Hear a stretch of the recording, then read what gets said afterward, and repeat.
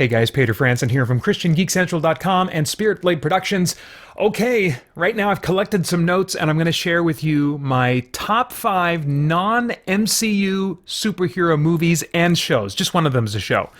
The criteria basically, as I put this list together, was, not like necessarily the movies I most enjoyed at some point in history or that, are most enjoyable now. It was a really relaxed criteria, and that is, I imagined, if someone said, hey, want to watch fill in the blank, I would most vigorously say yes to these 5 things. Why make this list right now? Well, apart from some content plans kind of being interrupted and sidelined this week, I've also noticed that the MCU seems to be falling out of favor, even with audience members who were once its biggest fans. Now, the reasons for that may be as diverse as the individuals themselves who are kind of losing interest in the MCU, but I thought this would be a good time to introduce or perhaps reintroduce MCU viewers to some movies they might have skipped when they came out, or perhaps didn't enjoy them back then, but might be more able to enjoy them now and are still interested in some superhero movie or show content. They're just kind of a little burned out on the MCU. Now, some things on this list are definitely funny if you want that in your superhero fiction, but it's a different brand, a different flavor from the MCU humor, and so I think it offers something fresh. And for those tired of humor who are ready to go back to some genuinely serious superhero movies, there's plenty here in this list for you too, despite the fact that it's only 5. I chose 5 just because that's more challenging and interesting, I think, to really try and whittle it down to just 5. If Avengers Endgame, just on the topic of like serious stuff, a lot of MCU fans really loved Endgame and all the gravitas and the weight and the stakes. And so if that gave you a sense of weight and drama that you really enjoyed, or maybe up to that point didn't know you wanted, but really appreciated it when you experienced it, and you've maybe been missing that sense of weight and stakes since then you might find yourself, I think, better positioned to enjoy some of my selections that perhaps didn't connect with you as well the first time around. So, without further ado, number 5 on my list is The Tick, the Amazon Prime series. This is the only show on the list. I've started rewatching it recently, and I've been reminded how much I enjoyed it. I've not made a video review of this or our actual review segment even on the Christian Geek Central podcast, so I'll just take the opportunity to share some overview thoughts right now. This is a world, if you're not familiar with The Tick from the 90s animated series or the early 2000s Patrick Warburton, very short-lived, I think only like 6 episodes live action series, which is still, I think, worth watching. But this is a world where superheroes and their cliches are all commonplace, but with a few central, relatively speaking, grounded characters that we're supposed to identify with. And they both, in this series, leverage and make fun of dramatic tropes of superhero stories. That's one thing that sets this iteration of The Tick apart from past, at least, TV show iterations, is that it leans into some of the really dark and heavy aspects of superhero movies that started around the time of, I want to say, the Christopher Nolan Batman movies, But The Tick, in the midst of that kind of world, is tirelessly optimistic and endearingly clueless. And his dialogue is so clever and creatively written and over-the-top corny and juxtaposed by comparatively grounded characters or dark circumstances, violent circumstances. There's some brutal violence in this show. It's kind of like if The Boys is just like, my gosh, that is just too far in the direction of brutal and dark and jaded and nihilistic in its philosophy and stuff, but you do like some of that brutal, intense, superheroic, well, not super, well, like superpowered, I should say, type of storytelling with a dark sense of humor to it. You might consider checking out The Tick because there are definitely bursts of kind of brutally dark humor. Not every joke in this show lands for me, and I don't really like the Terror as a villain. He's the main villain of the first season, but this brand of humor is really different from the MCU, and one that, by contrast, actually has me laughing or at least chuckling regularly. Nothing really stands out in the way of themes for me because it's so often absurd, but I mean, that's all the more reason that it's really just good for a very reliable laugh for me. So that's The Tick on Amazon Prime. 2 seasons. It was canceled, and it ends, I would say, not on a cliffhanger, but definitely unresolved. Like, you could tell where they were probably going to go next. But I mean, I still think it's worth rewatching, even knowing that I have ahead of me a somewhat unresolved, end to the second season. I think, if I remember correctly, they end the story arc for the main story arc. They just kind of start teasing what's going to come, but, nothing comes of that. Let's see here. Number 4. We're all movies now. Defendor. I'll just actually read my 2010 review. I didn't have a video review for this, and it's a pretty short compared to my reviews these days. But I said in 2010, I do not consider myself a fan of Woody Harrelson. Outside of his character way back when on Cheers, he seems to play creeps and unlikable types. But in Defendor, he breaks from this pattern to play the role of a mentally handicapped man who is driven to fight crime on the streets as a superhero. The first thing you should know about this movie is that it is not a comedy, despite trailers for it. It has been marketed as a dark comedy. It's actually a dark drama with a few comedic moments. Arthur Poppington, aka Defendor, is possibly mildly retarded, although I lean towards seeing him as autistic or clinically insane. I don't know if that's the right terminology or not, but given that there are some things that he creates for his superheroics that require high-functioning mental capacity, I don't think it's a matter of him simply being mentally slow. He lives under the delusion that he is a superhero seeking out the arch-villain known as Captain Industry. His sole purpose is to find and defeat this villain. As the story progresses, we learn more about Arthur and how he came upon the delusions that he suffers from. And with every further insight into his character, I wanted to root for him more and more. Although it would have been really easy to play his character for exploitative laughs, the movie never does this. Instead, Arthur is a character who sees the world as we all should, in one sense. He has not adjusted to the fact that there is evil in the world. His sweetly innocent and naive personality is a constant reminder that although we have worked for centuries to create efficient systems of justice, our system is broken and flawed. It may be the best we have, but it's still a tragedy that we're unable to do better, and justice is often left undone. This movie, I think, would be a great jumping off point to talk about the concepts of evil and justice. I think we have largely become numb and deaf to these concepts in our day-to-day lives, and this movie serves as a wake-up call, pointing out the existence of evil and the lack of justice, while also pleading for a better world. Several times in this movie, I felt moisture gathering in my eyes as I really empathized with Defendor. I mourned the presence of evil along with him and cringed as he was unsuccessful in his attempts to vanquish it. Arthur repeatedly pays a high price for his efforts in this movie, and it is discouraging to watch. His ideals are pure and good, but he lives in a very dark world. He lives in our world. In many ways, this movie is a great complement to Watchmen, which came out about the same time as this. A couple months apart, maybe, a couple weeks, maybe. Although this movie doesn't contain the same kind of flashy action as the Snyder film. This movie is down to earth and steeped in realism from beginning to end. And sometimes the realism is brutal. You may not want to live vicariously through Defendor, as is the case with many superhero movies, but you will likely root for him from beginning to end. The performances are wonderful across the board, and Harrelson especially shines more than any film I've seen before. And I think, again, I'm reading my 2010 review, I think all these comments still hold up today, including this one. More than any film I've ever seen before, this movie captures the concept of a superhero in the real world effectively and realistically. Again, more than any film I've ever seen before, or since this movie. It also serves as a wake-up call, reminding us that the world is not such a great place to live in much of the time. We are in desperate need of rescue. So this one's rated R for drug use and language throughout, violence and sexual content. So that's Defendor. Wow, great experience. Number 3, Kick-Ass. And again, I'll read my 2010 review for this one, which I think I still agree with all these comments today. Although I'm a huge comic book fan, I never got around to reading the original comic book version of Kick-Ass. So I can't review this movie from that perspective, only on its own merits. And this movie merits a ton of praise. The story centers on a shy high school geek who decides that the best way to attract girls and attain meaning for his life is to dress up in a costume and fight crime as the superhero Kick-Ass. The movie starts out feeling like a small, quirky high school comedy with a healthy dose of realism regarding the practicalities of trying to be a superhero in the real world.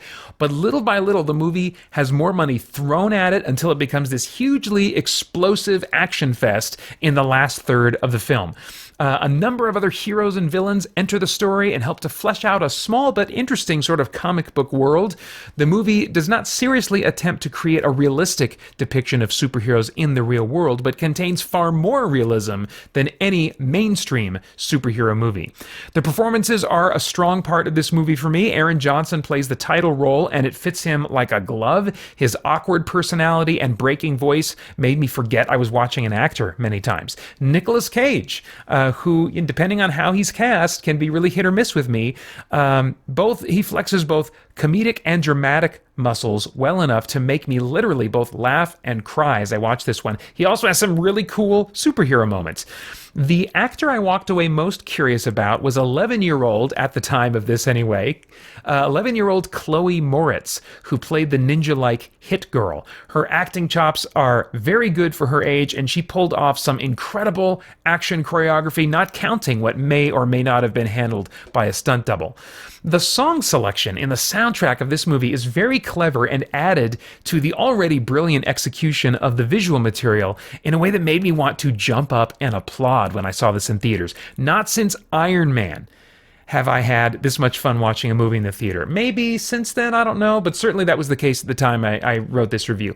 The action is fun and at times crazy cool in the way it is choreographed and displayed. In more than one scene, I laughed out loud for the sheer joy of watching the action unfold, which is really unusual for me. The story is funny, but also very touching at times. Of particular interest is the relationship between Hit Girl and Big Daddy. Although their introduction is strange and offbeat, as their backstory is revealed, their subplot becomes a very touching part of the movie's core. In fact, one of the reasons I don't watch this movie very often is because of how moving I found the climax of the Hit Girl and Big Daddy story arc. I'm like, I do not want this to become old. I want these emotions to feel fresh every time I watch it. And so I actually don't watch this movie very often in an effort to preserve that for the times that I do watch it. I do have to shave a little off my score for this film for the use of some brief sexually themed humor that was a little overstated and wasn't necessary for the kind of story being told. Justice is the undercurrent of this movie, although it never quite makes it to the surface as a purposeful theme. Still, the problem of evil is presented well and is extremely satisfying to see the bad guys get their due. What I thought would be a fun, quirky little movie turned out to be a fun, emotionally involving, intense, and funny ride with some added thrills and extremely cool action that I never expected to see. This one's rated R for strong, brutal violence throughout, pervasive language, sexual content, nudity, and some drug use, some involving children. I used to give these things scores. Back then it was a 9.5 out of 10, if that means anything to you. I don't quantify them that way today. Okay, with my last two, I'm not going to spend as much time talking about them, in part because I've got video reviews of these up that you can watch and get my more full thoughts on them pretty easily. But my number 2 is Amazing Spider-Man 2. And with that, I would say, if you haven't seen 1, you should watch 1. Also, you've probably seen this movie already if you're a Spider-Man fan and you've watched Spider-Man No Way Home. It's almost a prerequisite to enjoy that movie that you see Amazing Spider-Man 1 and 2. Anyway, as a refresher of why I like this one, it's got well-motivated villains and protagonists that keep everything character-driven throughout. Someone recently told me that they still don't know what I mean when I say character-driven in a review. And what I mean by that is that the development of the story hinges more on kind of like the characters and what's motivating them, what they're thinking about, what they're feeling, rather than some kind of intricate, really clever plot, you know? So like a whodunit is typically not not going to be character driven. It's typically going to be story driven, and the information that's being revealed about what is happening. So it's less about what is happening and more about what people are feeling. And so that's what I mean by character driven. And I really feel that's the case, although there's a ton happening in this movie. There is stuff happening in Amazing Spider-Man 2.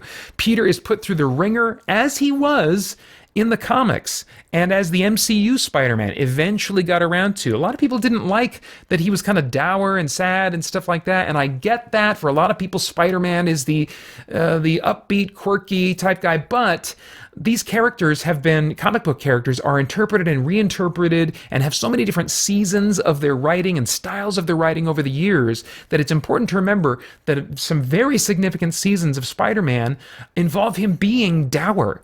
And if you don't want that as your main Spider-Man, I understand. I actually think that Amazing Spider-Man 1 and 2 are this nice little cul-de-sac to go off to get that Spider-Man experience, and then you can go back to your Tobey Maguire Spider-Man, which did have drama, but it was kind of treated melodramatically, not really in the truly heavy or dramatic, serious way that I think that the Amazing movies were.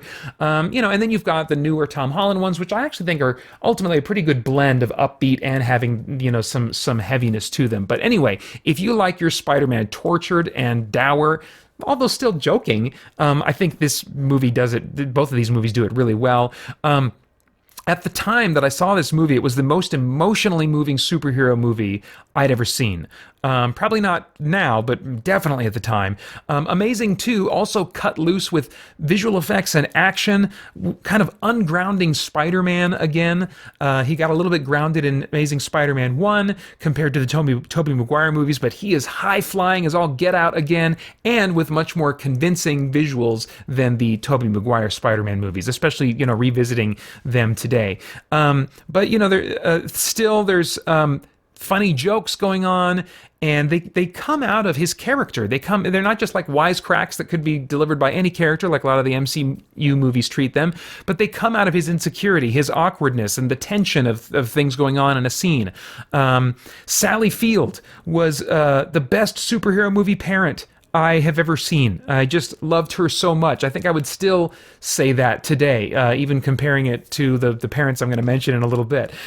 She loves Peter so much, and her performance was so convincing. I was just, in her eyes. Sometimes just watching her listen to Peter was more dramatic than what she was doing when she actually spoke. What a tremendous actress she is, and she just does a wonderful job. And I mean, if you look at the caliber of actors in these two Spider-Man movies and the kinds of movies that these actors typically do, and then the fact that they're doing this movie, and then you compare that to a lot of other superhero movies, I mean, the caliber of actors across the board in these two movies was unusually high. Really, really unusually high, I think. So it's really a treat to enjoy these actors and be engaged with their performances. I would have liked Jamie Foxx's nerd, the character type, to be more realistic and less comical and quirky, but I still found myself connecting with him here and there. I loved the musical score under Electro with that chant and rap kind of motif, and the electronic dubstep sounds that really just fit thematically with what was happening on screen. The action and visuals hold up really well, deliver some of the coolest slow-mo spider sense action shots of any Spider-Man movie, even today. There's some really nice themes, themes related to letting someone you love take risks. I remember in my church's podcast that I co-host about once a month, we talked to a woman in our congregation that had just come through the grief of losing her husband, and I asked her in a moment where I myself became tearful talking about it, what counsel would you give to someone like me who's much earlier in marriage but anticipating eventually these kinds of things that happen in life? We can't prepare for these kinds of circumstances, but what can we do to at least get us a little bit more better positioned for handling those situations in a healthy way and a God-honoring way? And she said to me, regarding your loved ones, love them deeply, but hold them loosely. Love them deeply, but hold them loosely. And that phrase has just stuck with me for years now and continues to be challenging and thought-provoking. And I feel like there's a great example of that here in Amazing Spider-Man 2, of the challenge of loving someone deeply but also holding them loosely. And then also the question of, is it ever right to break a promise? Well, of course, Jesus said, let your yes be yes and your no be no. In other words, live a life of such integrity that you never have to say, okay, I promise. In other words, I really, really mean it this time. No.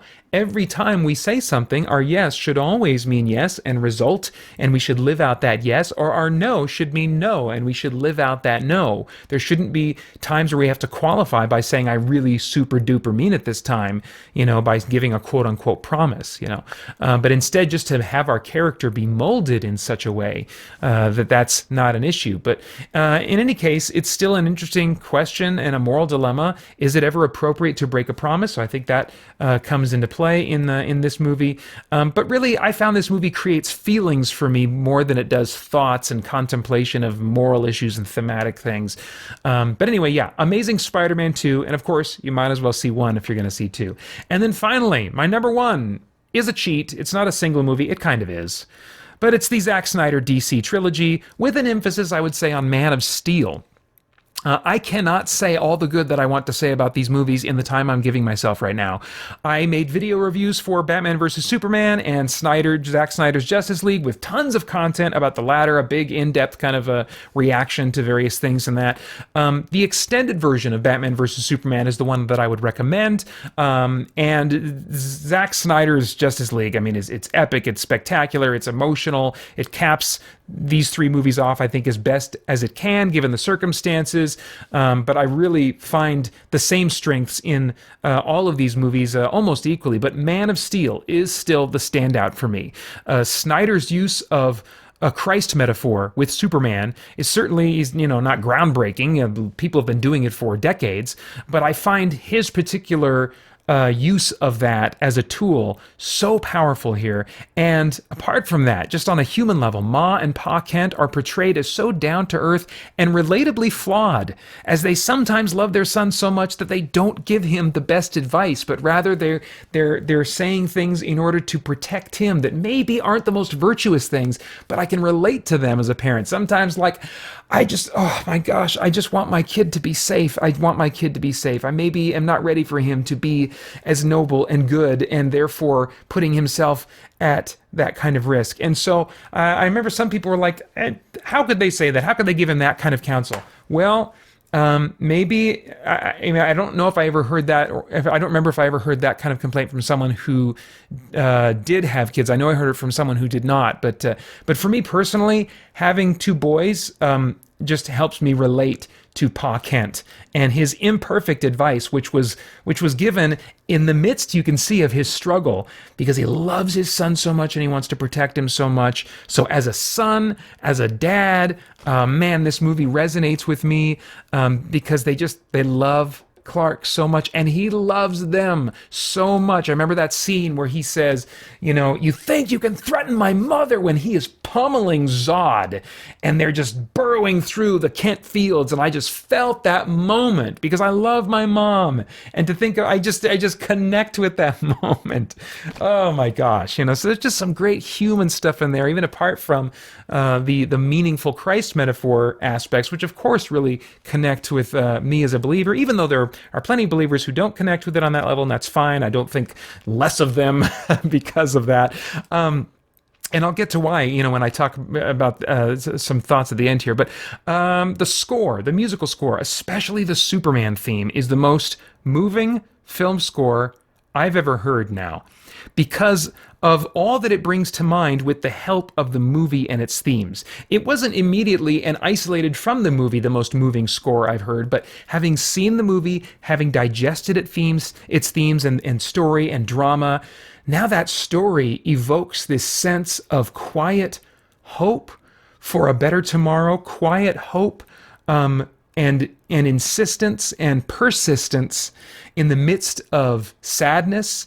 There is something that is mournful, but that is looking to the bright horizon in that theme. And I find it so moving. So I made some content this last January talking about how that theme helped me take down my Christmas decorations and get through the post-Christmas slump. Because of all that it brought to mind that is true about what we have in Christ, what we're promised in Christ, what we have to look forward to because of Christ. There's just some beautiful things that theme in particular brings to my mind. Because of the movie and its themes.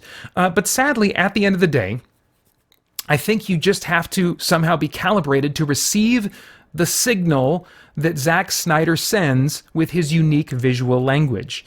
If you're not, you're going to look at it, as some people do, and just see a lot of slow-mo and posing. And you're going to be like, whatever, this is like overproduced or whatever.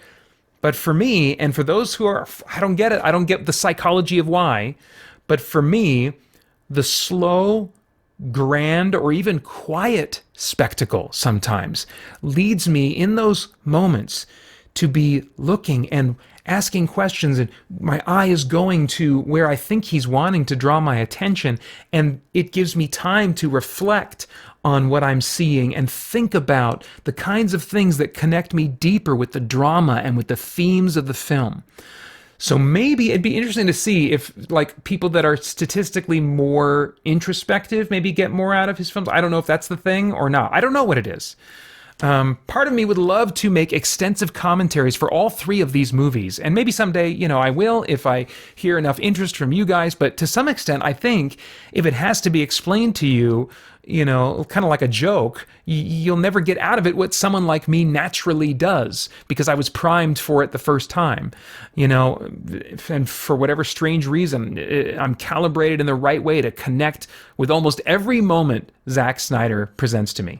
And for that reason, I just love the Zack Snyder DC trilogy, and really hold up Man of Steel as my favorite superhero movie of all time. Now, I did qualify all these as like non-MCU movies. Would I, in a straight top 5 superhero movies, no qualifications beyond that, would I include any Marvel movies in this list?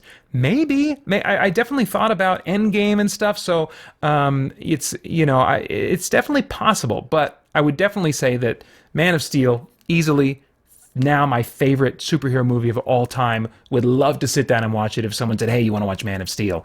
So anyway, that's it. That's my top 5. I'd be interested to hear maybe what your top 5 non-MCU movies would be, or maybe what kind of superhero movies you found yourself gravitating toward. If you're kind of falling out with the MCU movies. I'd also be curious to know if you have watched any of these, or do watch any of these, that maybe you didn't like the first time around because they were too dour or too dark or something like that.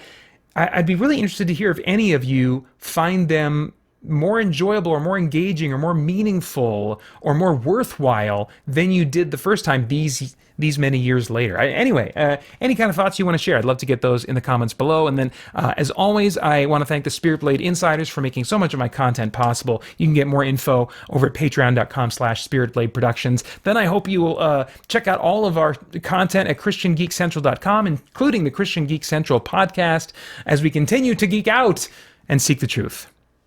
Hey guys, Peter Franson here. Want to play games to save lives? Then join me again this year for Game Save, our annual charity fundraising event in support of St. Jude Children's Research Hospital, whose compassionate care and cutting-edge research has been saving the lives of children all over the world for decades. Joining the Game Save team only requires a willingness to ask friends and family to consider donating toward your fundraising efforts.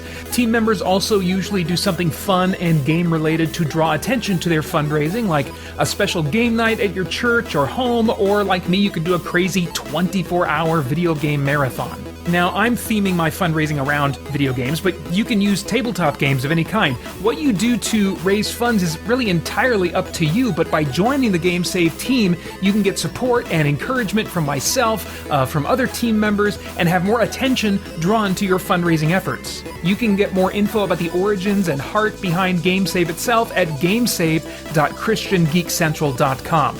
To join the team, just follow the invite link below, make an account at tiltify.com. spiritblade.com. Then from your dashboard, create a new individual campaign using St. Jude Play Live 2022 as your cause, and check Support an Existing Campaign. Type CGC in the campaign search field and select CGC Game Save 22. To help your donors, I recommend including CGC Game Save 22 in the name of your individual campaign as well. After that, it's a short, simple process to finish up, and you'll be an official member of the Game Save 22 team.